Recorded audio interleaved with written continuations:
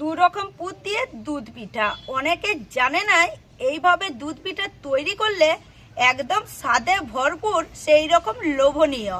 দুধ পিঠা খেতে মন গেলে এমনি করে একবার তৈরি করে খেয়ে দেখতে পারেন। এইভাবে পিঠা তৈরি করলে পিঠাটার স্বাদ যত সুন্দর, দেখতে সেই রকম লোভনীয়। ঘরেতে আরো এইরকম পিঠা তৈরি করলে অন্য কোনো পিঠা খেতেই মন যাবে না।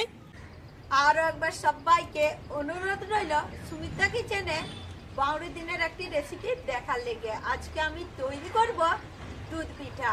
এই রেসিপিটাও আপনাদের সঙ্গে শেয়ার করে দিচ্ছি। আপনারা পুরো রেসিপিটা দেখবেন, আশা করছি আপনাদেরও খুবই ভালো লাগবে। চলো রেসিপিটা শুরু করা যাক। দুধ পিঠা তৈরি করব আমি দু রকম পুর দিয়ে। আগে থেকে এখানে নারকেলের পুরটা তৈরি করে নিয়েছি, আর নিয়েছি চাচির পুর। চাচির পুরটাও আমি আগে থেকেই তৈরি করে নিয়েছি। প্রথমে আমি পুরির একটা আঠাল তৈরি করে নেব।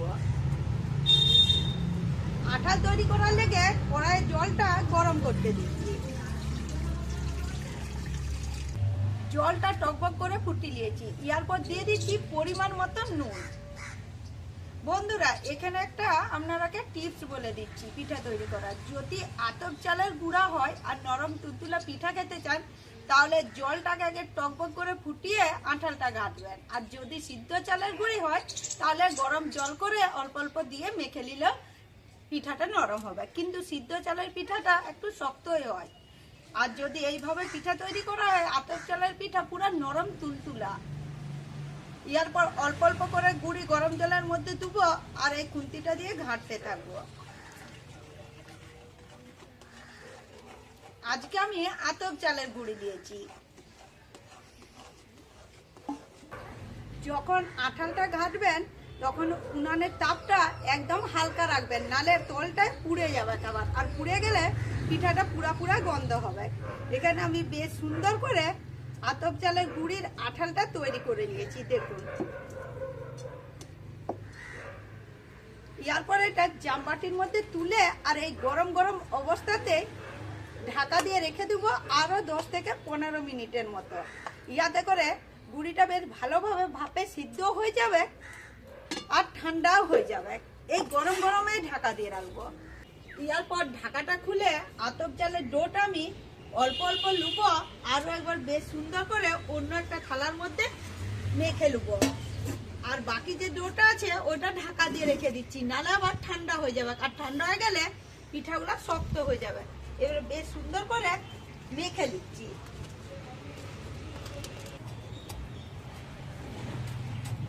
আরো একবার বেশ সুন্দর করে আতপ চালের গুঁড়ির ডোটা আমি মেখে নিয়েছি। এরপর পরিমাণ মতো লুবো আর হাতের মধ্যে বেশ সুন্দর করে গোল করে লুবো। রসগোল্লার মতো গোল করে নিয়েছি। এরপর মাঝখানটা আঙুল দিয়ে টিপে একটু বাটির মতো তৈরি করে নিচ্ছি। একদম বাটির মতো করে নিয়েছি। প্রথমে আমি নারকেলের পুরটা দিয়ে পিঠাটা তৈরি করি, তারপরে চাচির পুর দিয়ে করব। যেমন খুশি শেপ করে নিতে পারেন। আমি এই শেপটা দিচ্ছি। সহজ যে শেপটা, সেটা তৈরি করছি।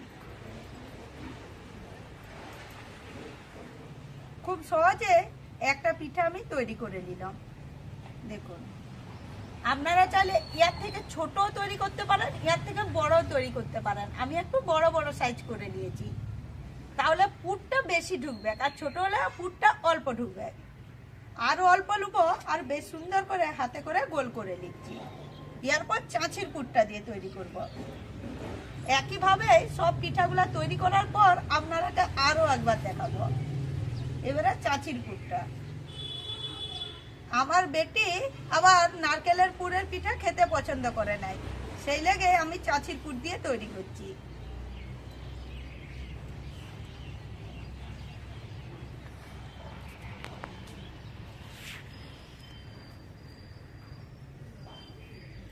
আরো একটা চাচির পুর দিয়ে তৈরি করে নিয়েছি। একইভাবে সবকটা পিঠাই আমি তৈরি করে নিয়েছি। দুধ পিঠা তৈরি করার লেগে এখানে আমি লিকুইড দুধ দিয়েছিলাম 1 কিলো। এটা আগে থেকে একটু ঘন করে রেখেছি। এটা হচ্ছে গরুর দুধ। আপনারা চাইলে দোকান থেকে কেনা যে লিকুইড দুধগুলো হয় ওইগুলা দিয়েও তৈরি করতে পারেন, ওইগুলো একটু ঘন বটে। এইটা কড়াইয়ের মধ্যে দিয়ে দিচ্ছি, দিয়ে আরো একটু বেশ সুন্দর করে ঘন করে নেব।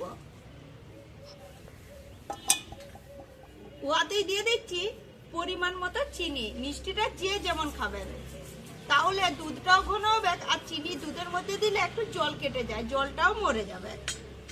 আরো দিয়ে দিচ্ছি পিঠার স্বাদটা বেশি ভালো আসার জন্য এলাচ। দুধটাকে একটু নেড়ে চেড়ে আরো একটু বেশ সুন্দর করে ঘন করে নেব। 5-7 মিনিট দুধটাকে ফুটিয়ে এখানে আমি বেশ সুন্দর করে ঘন করে নিয়েছি, আর দুধটাও টকবক করে ফুটে গেছে। এরপর দিয়ে দিচ্ছি তৈরি করে রাখা পিঠাগুলা।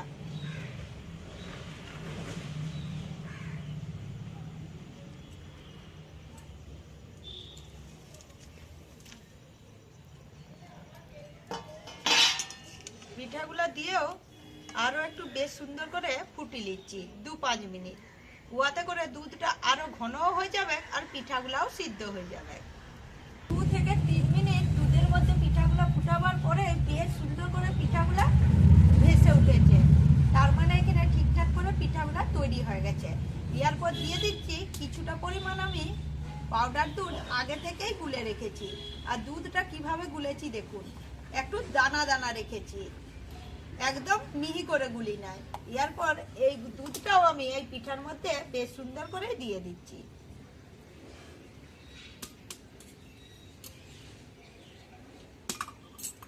আরো দিয়ে দিচ্ছি ঘি 1 চামচের মতো। নামাবার আগে আমার পিঠাটা তো হয়েই গেছে, ঘিটা দিয়ে একটু নেড়ে চেড়ে বেশ সুন্দর করে নামিয়ে দিচ্ছি। পিঠার স্বাদটা যতটুকু বাকি ছিল ঘিটা দেওয়ার পর আরো বেশি সুন্দর হয়েছে। দেওয়ার পর হালকা করে আমি নেড়ে চেড়ে মিশিয়ে আর নামিয়ে দেব। হালকা করে নেড়ে চেড়ে বেশ সুন্দর করে মিশিয়ে এখানে আমি দুধ পিঠাটা তৈরি করে নিয়েছি। এরপর নামিয়ে নিচ্ছি।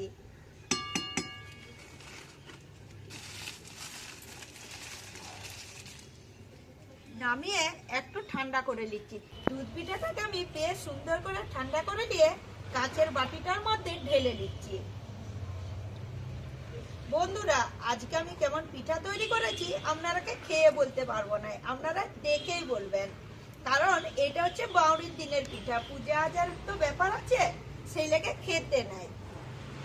দুধ পিঠাটা কাঁচের বাটির মধ্যে ঢেলে নেওয়ার পর উপর থেকে আমি কিছুটা দিয়ে দিচ্ছি চাঁচি, একটু সুন্দর দেখতে লাগার জন্য, আরো খেতেও বেশি ভালো লাগে। আপনাদের কাছে চাঁচি না থাকলে খোয়া দিবেন, খোয়াটা একটু গেট করে দিবেন। বন্ধুরা, আপনারা কাছের থেকে দেখে বলবেন আজকে আমার 2 রকম পুর দিয়ে দুধ পিঠাটা কেমন দেখতে হয়েছে। আমার তো মনে হচ্ছে যেমন লোভনীয় সেই রকম স্বাদে ভরপুর। আজকে আমি দুধ পিঠাটা কেমন তৈরি করেছি আপনারাকে খেয়ে বলতে পারবো না। আমি আপনারাকে বলেছি আজকে বাউরির দিন, আমাদের ঘরে পিঠা তৈরি করতে হয়, পূজা আচার ব্যাপার থাকে। বন্ধুরা, আজকে আমার এই 2 রকম পুর দিয়ে দুধ পিঠা রেসিপিটা দেখার পর যদি আপনাদের একবার হলেও ভালো লেগে থাকে, তাহলে আমার চ্যানেলটা সাবস্ক্রাইব করে শেয়ার করতে ভুলবেন না। এই রকমই নতুন পুরনো দিনের ভিডিও দেখার লেগে নতুন পুরনো বন্ধুরা যে যেখান থেকেই দেখে থাকেন তাদেরকে আমার আন্তরিক ভালোবাসা আর অসংখ্য অসংখ্য ধন্যবাদ।